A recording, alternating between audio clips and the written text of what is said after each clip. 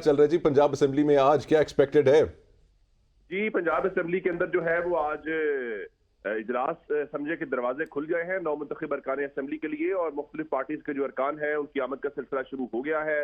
अता तारड़ जो है वो रुकने असेंबली हैं लेकिन वो भी पहुंचे हैं। इस तरह से मुस्लिम लीग नून की आज जो सीनियर क़यादत है वो भी यहाँ पे पहुंच रही है। उसकी वजह यह है कि मुस्लिम लीग नून की जो पार्लिमानी सियासत है उसके अंदर मरीम नवाज की आज एंट्री हो रही है और मरीम नवाज जाती उमरा से रवाना हो चुकी हैं। थोड़ी ही देर के बाद वो पंजाब असेंबली पहुंच जाएंगी, जिसके बाद वो पार्लिमानी पार्टी का इजलास जो है वो चेयर करेंगी। इसी तरह से जो अरकान असेंबली है आज वो अपने हल्कों की नुमाइंदगी करते हुए अपने जो ये नई उनको नुमाइंदगी मिली है या नई मेंबरशिप है उस हवाले से अपना हल्फ लेंगे और उसके बाद अगला मरहला जो है स्पीकर और डिप्टी स्पीकर का इंतखाब होगा, जिसके बाद नया स्पीकर जब मुंतखब हो जाएगा तो उसके बाद वजीर आला पंजाब के इंतखाब का शेड्यूल जारी किया जाएगा। तो ये उमर जो ओवरऑल 230 अरकान की अक्सरियत इस वक्त हासिल है मुस्लिम लीग नून को, इसकी अगर कुछ तफसीलात बता सकें।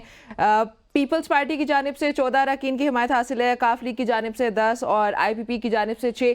मजीद कौन कौन से जो अरकान है वो शामिल हुए?